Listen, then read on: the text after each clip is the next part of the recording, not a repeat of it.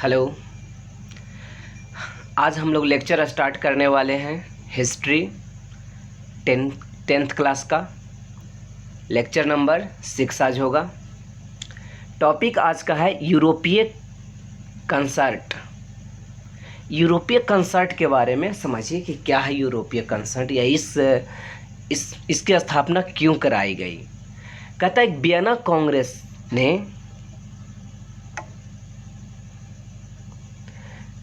कांग्रेस ने यूरोपीय कंसर्ट की भी स्थापना की। ये कंसर्ट है क्या? कंसर्ट एक ऐसे कंसर्ट एक प्रकार की संस्था है, ठीक है। ये संस्था में कुछ मुख्य बिंदुओं पर चर्चा किया गया। इसके अनुसार 5 बड़ी शक्तियाँ, यहाँ 5 बड़ी शक्तियाँ नहीं, यहाँ कह सकते हैं 4 बड़ी शक्तियाँ, जिसमें कौन कौन है? ऑस्ट्रिया, प्रूसिया, ब्रिटेन और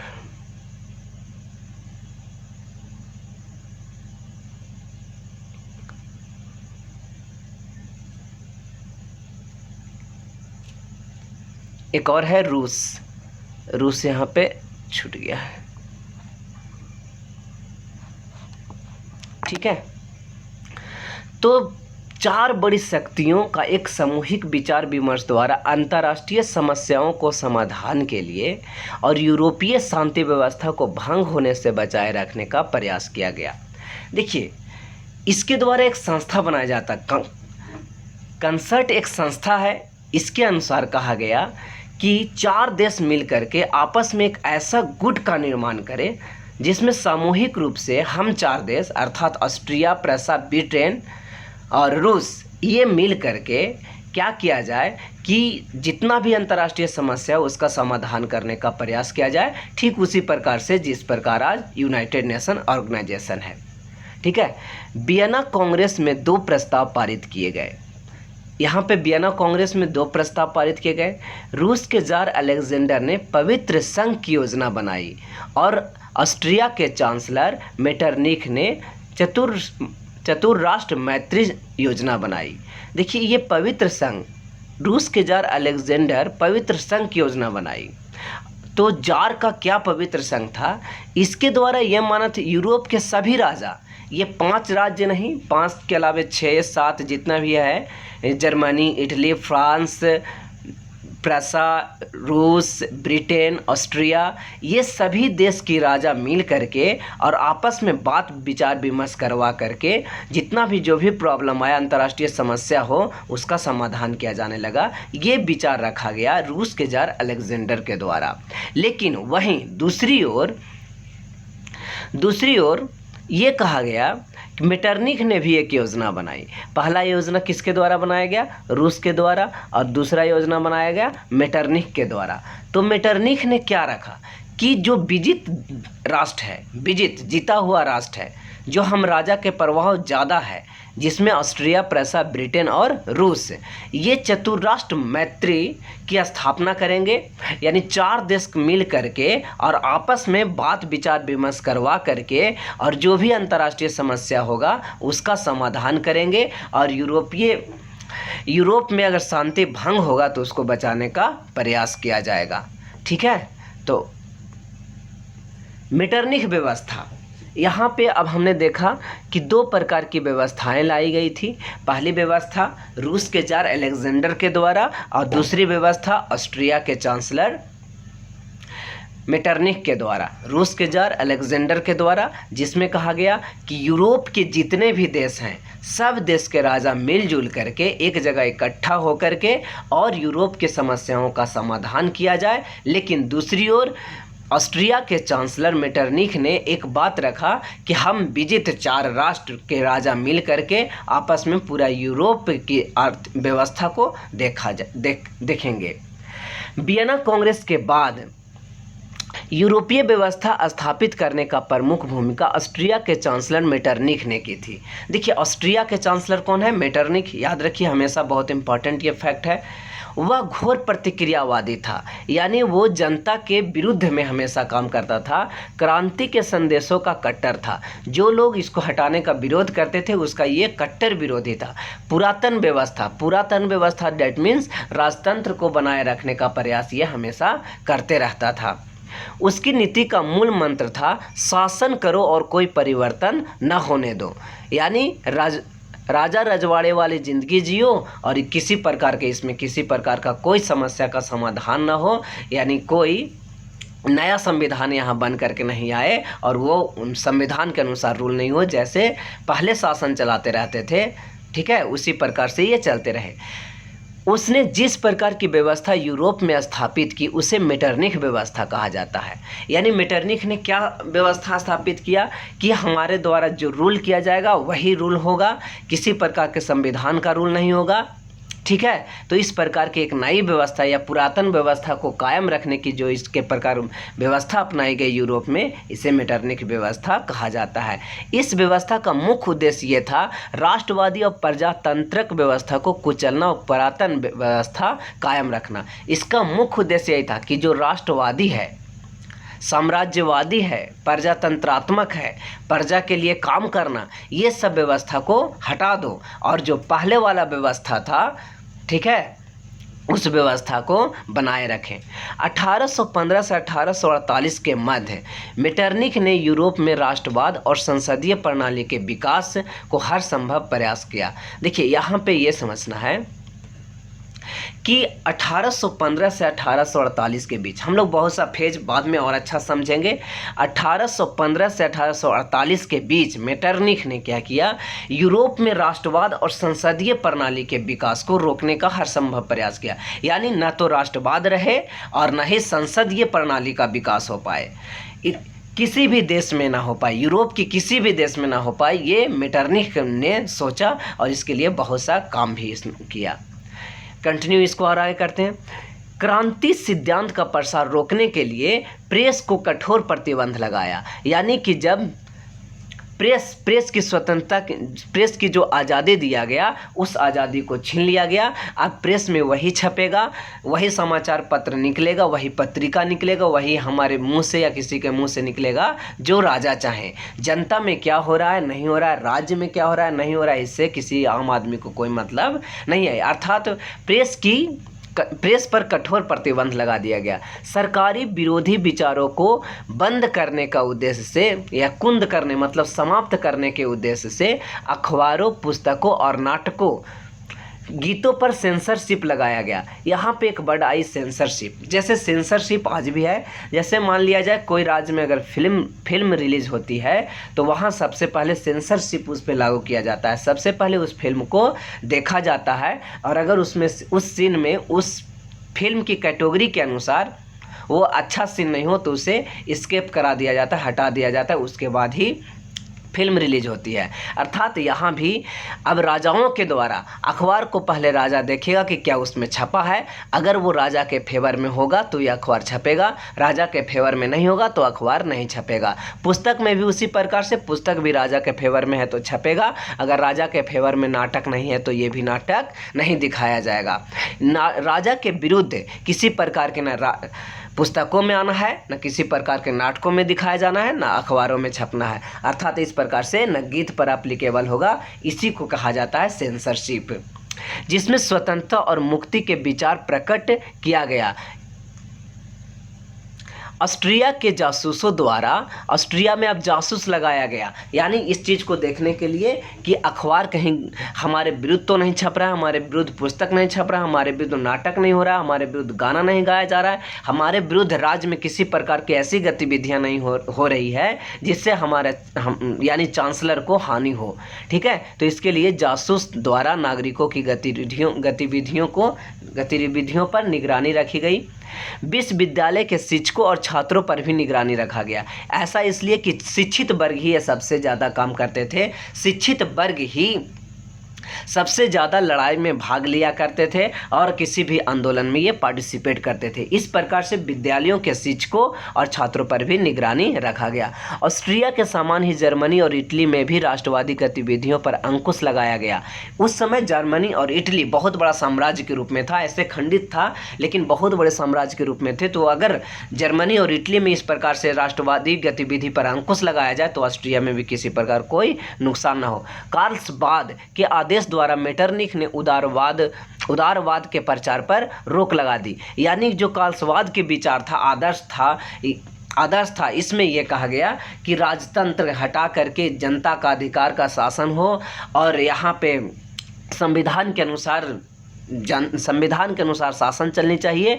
तो ये आदेशों को समाप्त कर दिया गया और उदारवाद का प्रचार पर भी रोक लगा दिया। इटली में भी निरंकुश शासन समाप्त कर दिए गए, स्थापित कर दिए गए, खत्म कर दिए गए। इस प्रकार यूरोप में प्रतिक्रियावादी शासन का दौर चला।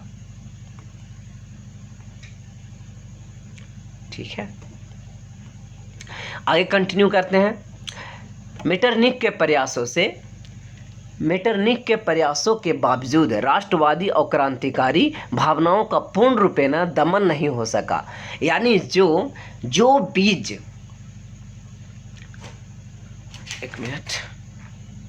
जो बीज नेपोलियन बोनापार्ट ने बोझ चुका था वो उस पूर्ण रूपेण कितना भी चाह करके मेटरनिख ने इस प्रयास को समाप्त नहीं कर पाया। यानी राष्ट्रवादी और क्रांतिकारी भावना को पूर्ण रूपेण समाप्त नहीं कर पाया।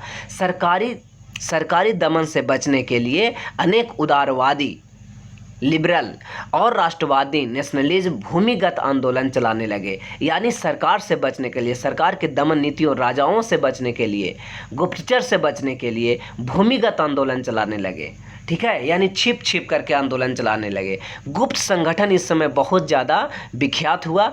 तो गुप्त संगठन स्थापित कर क्रांतिकारियों का प्रशिक्षण दिया जाने लगा। इसमें बहुत ही ख्याति है। मेजनी ने यंग इटली और यंग यूरोप नामक संस्था भूमिगत संगठित स्थापित किए। ये दोनों संस्था किसने किया? मेजनी ने। बहुत इंपॉर्टेंट ये क्वेश्चन है कि यंग इटली और यंग यूरोप नामक संस्था किसने बनाया? तो मेजनी ने यंग इटली और यंग यूरोप नामक दो संस्थाएं बनाई। मेजनी ने यंग इटली और यंग यूरोप।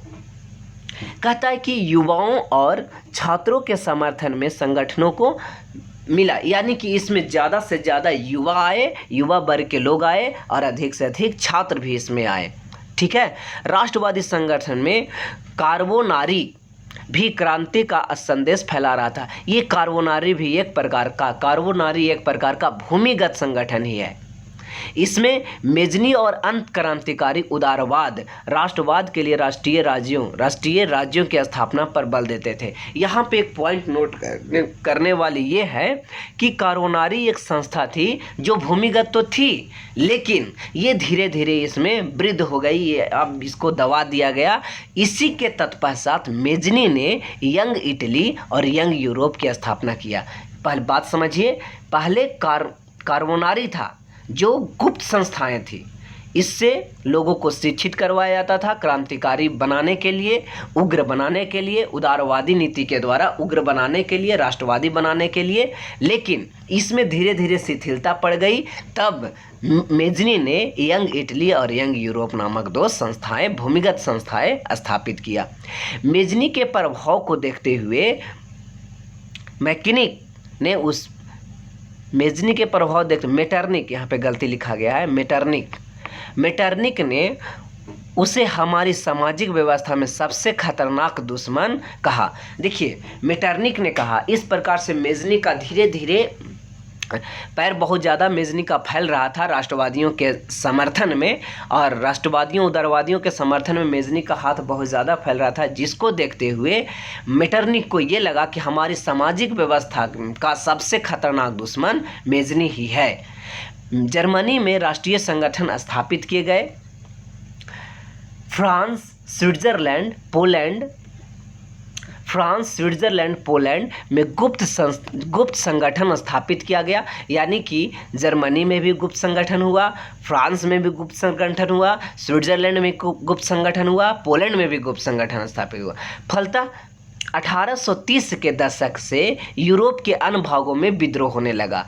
यानी 1815 से 30 के दशक में बहुत हर एरिया में अधिक से अधिक विद्रोह होने लगा। इन्हें दबाना मेटरनिख के लिए अब कठिन हो गया। ऑस्ट्रिया भी इससे अछूता न रहा। मेटरनिख तो पहले ये चाहता था कि पूरा यूरोप में इस प्रकार का कोई संस्था ना हो, ना वो गुप्तचर, ना वो गुप्त संस्था हो और ना वो सामाजिक संस्था हो। ठीक है, लेकिन ये फ्रांस, स्विट्जरलैंड, पोलैंड तो छोड़ दीजिए, ये गुप्त संस्थाएं इतना ज़्यादा फैल गई कि अब ये विद्रोह को दबाना मेटरनिख के लिए आसान नहीं रहा। यहाँ तक कि यहाँ के खुद राजा यानी ऑस्ट्रिया के खुद राजा मेटरनिख था, वो ऑस्ट्रिया को भी अब बचा नहीं पाया। औद्योगिकरण के कारण नया सामाजिक वर्ग सामने आया जिसे बुर्जुआ वर्ग की प्रधानता थी, यानी मध्यम वर्ग आया। बुर्जुआ वर्ग यानी अर्थात मध्यम वर्ग निरंकुश शासन के विरुद्ध अनेक प्रतिबंधों के बावजूद विद्रोह की ज्वाला प्रज्वलित करता रहा। यानी जो नया बुर्जुआ वर्ग, जो नया वर्ग आया, वो निरंकुश शासन के विरुद्ध हमेशा निरंकुश शासन के विरुद्ध रहा। अनेक प्रतिबंधों के बावजूद विरोध की ज्वाला प्रज्वलित करते रहा।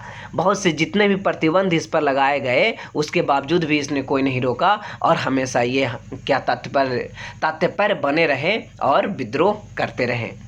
फलतः ऑस्ट्रिया के महत्वपूर्ण नगर हंगरी और बोहेमिया में विद्रोह की ज्वाला भड़क उठी। ऑस्ट्रिया दो जगहों पर कब्जा किए हुए था, हंगरी और बोहेमिया पर। हंगरी और बोहेमिया मैप में आपको आगे दिखाया जाएगा कि हंगरी और बोहेमिया ऑस्ट्रिया का, आज के दृष्टि में ऑस्ट्रिया बहुत छोटा एक देश बन गया है। हंगरी अलग है और बोहेमिया एक नया साम्राज्य बन गया। मेटरनिख राष्ट्रवाद और उदारवाद का उफान को रोक नहीं सका। राष्ट्रवाद और उदारवाद इतना अधिक बढ़ गया कि अब मेटरनिख उसे रोक नहीं पाया।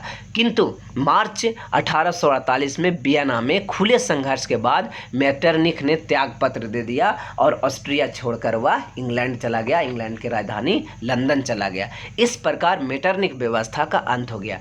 अब इसका थोड़ा सा हम लोग समरी देख लेते हैं कि क्या था।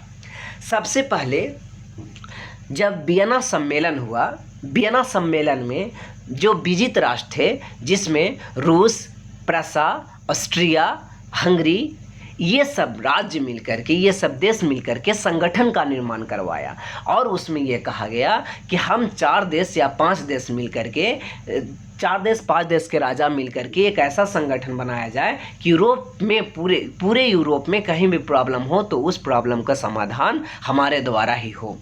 ठीक है, इसमें मेटरनिख ने सबसे ज़्यादा बढ़ चढ़कर हिस्सा लिया। ऑस्ट्रिया के राजकुमार ये था, ऑस्ट्रिया का चांसलर था मेटरनिख ने ही बढ़ चढ़कर हिस्सा लिया। वो चाहता था कि यूरोप के कोई भी ऐसा देश ना हो जिसमें राजतंत्र ना हो।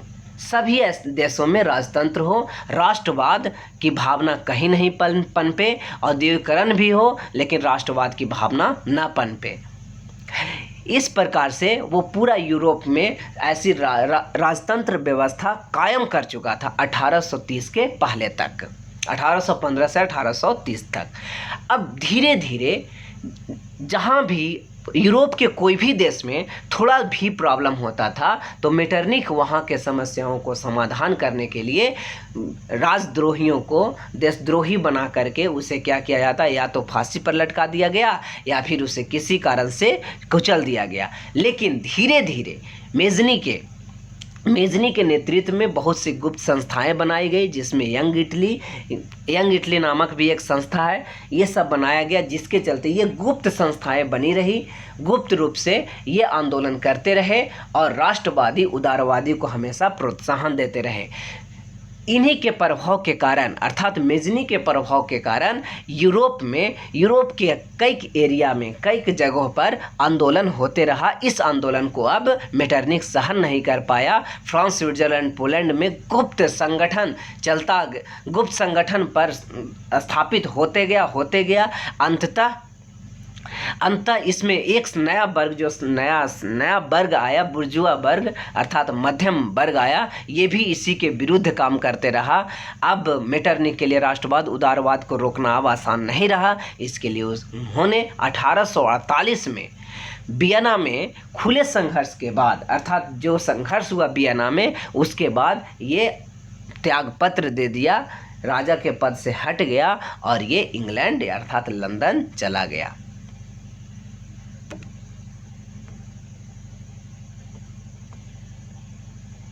देखिए ये फिगर है मेटरनिख का। क्रांतियों के द्वार,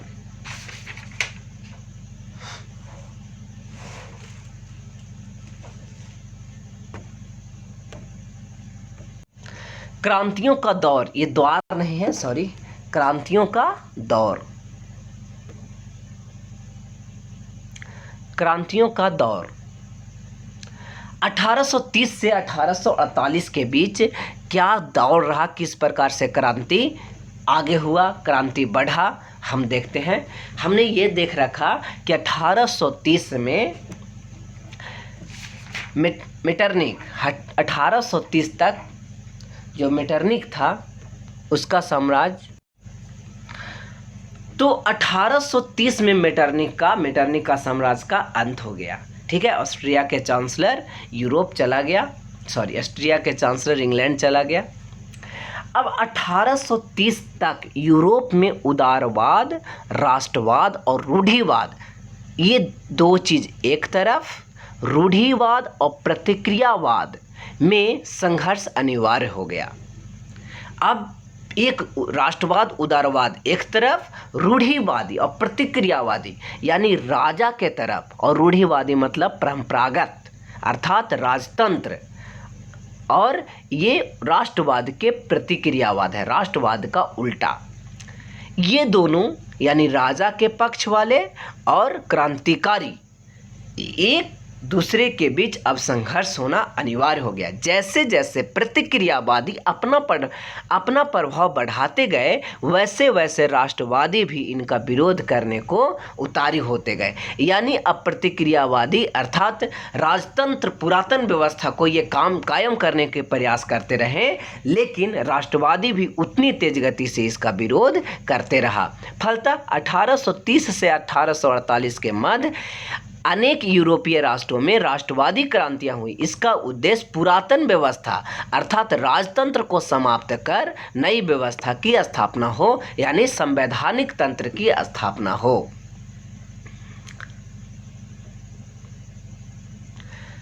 (1830) में यूरोप में क्रांतियां, देखिए इसमें कौन कौन सी क्रांतियां हुई। 1830 में फ्रांस की जुलाई क्रांति बहुत इंपॉर्टेंट है, ये 31 जुलाई तक ये कहानी जाएगी, 31 जुलाई तक। स्पेन में क्रांति होगा, पुर्तगाल में क्रांति होगा, स्विट्जरलैंड थोड़ा सुधार लीजिएगा, बेल्जियम की क्रांति होगी, पोलैंड की क्रांति होगी, इटली और जर्मनी का एकीकरण भी होगा, और इंग्लैंड में भी यहाँ पे जो छोटे परिवार के लोग भी इंग्लैंड की क्रांति करेंगे। अर्थात फ्रांस की जुलाई क्रांति, स्पेन, पुर्तगाल, स्विट्जरलैंड, बेल्जियम, पोलैंड और जर्मनी, इटली तथा इंग्लैंड, ये सब क्रांतियां भी हम लोग आगे देखेंगे। ओके, यहाँ पे आगे कंटिन्यू करते हैं। फ्रांस की जुलाई क्रांति, यहाँ से क्वेश्चन आपके लिए बहुत इंपॉर्टेंट बन सकता है। यूरोप में क्रांति का आरंभ पुनः फ्रांस से हुआ। एक प्रकार जिस प्रकार से हम लोग देख सकते हैं कि साम्राज्य धीरे धीरे साम्राज्य का पतन होते गया। हाँ, तो नेपोलियन बोनापार्ट के समाप्त होने के बाद धीरे धीरे फ्रांस या उसका राजतंत्र भी समाप्त होने के बाद अब ना तो कहीं संवैधानिक दृष्टिकोण से वहाँ साम्राज्य बन पा रहा था, और उसमें बहुत सा अड़चनें भी आ रही थी। नेपोलियन के मर जाने के बाद बहुत सी क्रांतियाँ हुई, कभी राजा के पक्ष में रहा तो कभी क्रांतिकारियों के पक्ष में रहा। तो उसके बावजूद जब सब जगह धीरे धीरे राजाओं द्वारा राष्ट्रवाद को कुचल दिया गया, उदारवाद को कुचल दिया गया, तो पुनः एक बार क्रांति का दौर फ्रांस से ही प्रारंभ हुआ। जुलाई 1830 में स्वेच्छाचारी शासक के विरुद्ध फ्रांस में क्रांति की ज्वाला भड़क उठी। यानी स्वेच्छाचारी शासक अर्थात यहाँ कहने का ये मतलब है कि मेटरनिख के सहायता से, ऑस्ट्रिया के चांसलर मेटरनिख के सहायता से यहाँ पे स्वेच्छाचारी शासक लुई 18वां को फ्रांस की गद्दी दी गई थी। ये अपने आप इसको गद्दी दिया गया था। ठीक है, एक बार फिर से लुई यानी ब्रूवो वंश का ही राजा, ब्रूवो राजवंश का राजा लुई 18वां को फ्रांस की गद्दी दे दी गई थी। तो यहाँ वियना कांग्रेस अर्थात मेटरनिख के द्वारा ही उसने फ्रांस की महान क्रांति के सिद्धांतों को प्रतिस्थापित करने का प्रयास किया। प्रतिक्रियावादी और सुधारवादियों के बीच तारतम्य बनाए रखने का भी प्रयास किया। यहाँ पे समझने वाली ये बात है कि लुई ये चाहता था कि प्रतिक्रियावादी अर्थात राजा की ओर से और सुधारवादी प्रतिक्रियावादी राजा की ओर से और सुधारवादी राष्ट्र ये आंदोलनकारियों की ओर से दोनों के बीच सामंजस्य बनाने का प्रयास उन्होंने किया। लुई ने यानी लुई 18वां ने 2 जून 1814 को संवैधानिक सुधार की भी घोषणा की, जो 1848 तक फ्रांस में चलते रहे। लेकिन इसकी मृत्यु के तत्पश्चात यहाँ के राजा चार्ल्स 10 को मिला। कुछ पॉइंट यहाँ नोट करने लायक है कि जब नेपोलियन की पराजय हुई उसके कुछ दिन बाद ही बुर्बो राजवंश के राजा लुई 18वां को फ्रांस की गद्दी सौंप दी गई मेटरनिख के द्वारा। उसने कुछ बात मेटरनिख की ओर से और कुछ बात सुधारवादियों अर्थात उदारवादियों राष्ट्रवादियों की ओर दोनों के बीच ऐसा एक संबंध बनाने का प्रयास किया जिससे न तो प्रतिक्रियावादी अर्थात मेटरनिख की ओर के लोग ना खुश हो और ना ही यहाँ की जनता खुश हो। तो ऐसा एक नया संविधान 2 जून 1814 को इन्होंने घोषणा भी की और ये धीरे धीरे कशमकश की स्थिति में ये 1848 तक चलते रहा।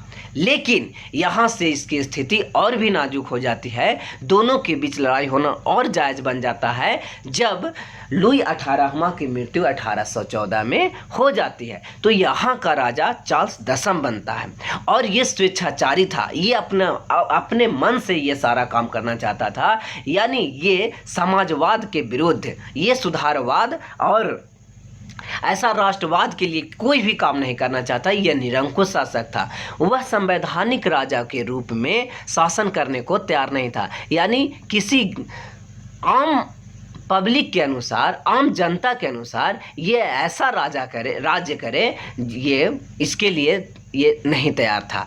इसका कहना था कि मैं अंग्रेजी राजा के भांति शासन के अपेक्षा लकड़ी काटना मैं अधिक पसंद करता हूँ। देखिए, अंग्रेज में राजा तो थी लेकिन वो संसद के अनुकूल था, वो पार्लियामेंट के अनुकूल था। मेन रूप से राजा वहाँ पार्टिसिपेट नहीं करता था, वहाँ पार्लियामेंट यानी जनता द्वारा चुना गया शासन यानी प्रतिनिधि ही वहाँ पार्टिसिपेट करता था, वहाँ संविधान बनता था और वो संविधान चलता था। तो वो ये कहता है, वो एक एग्जाम्पल लेता है कि मैं अंग्रेजी राजा यानी इंग्लैंड के कोई राजा की भांति मैं शासन नहीं करना चाहता कि किसी का मैं कठपुतली होऊंगा, जो जनता हमें कहेगी उस जनता की बात को हम मानेंगे, ऐसा वो बिल्कुल पसंद नहीं करता था। और वो कहता था कि मैं लकड़ी काट करके अपना जीवन यापन करूंगा, लेकिन अंग्रेजी राज्य के अनुसार मैं कभी भी राज्याधिकार नहीं लूंगा। ठीक है, उसने कुलीनों और पादरियों को भी विशेष अधिकार दिए और पहले देखा जा सकता था कि विशेषाधिकार छीन लिया गया था। यहाँ पे कुछ देश है उसको देख लीजिए। ये पूरा के पूरा पार्ट इटली का है, आज भी इतना बड़ा पार्ट इटली का है और ये पूरा ये इटली होता है। ऐसे छोटी छोटी और देश है लेकिन ये इटली हुआ करता है। स्विट्ज़रलैंड ऊपर हो गया। इटली कई भागों में विभाजित था, इसी को हम लोग आगे पढ़ेंगे। इटली का एकीकरण जिसमें क्या क्या है, एक सेवाएं याद करने वाली पॉइंट है सेवाय। क्या है? सेवाय। सार्डिनिया पिडमोंट, सार्डिनिया भी अलग, पिडमोंट भी अलग, बाद में पिडमोंट सार्डिनिया पिडमोंट एक हो गया। मोनाको इसको छोड़ दीजिए, ये दूसरी जगह पर है, ये आज दूसरा है, इसमें नहीं है।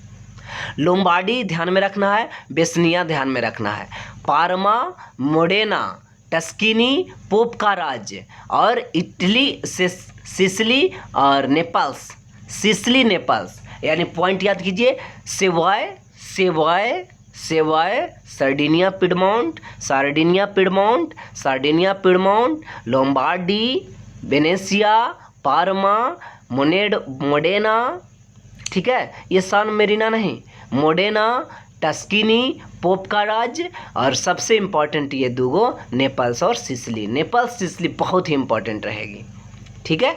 तो और आगे हम लोग देखते हैं।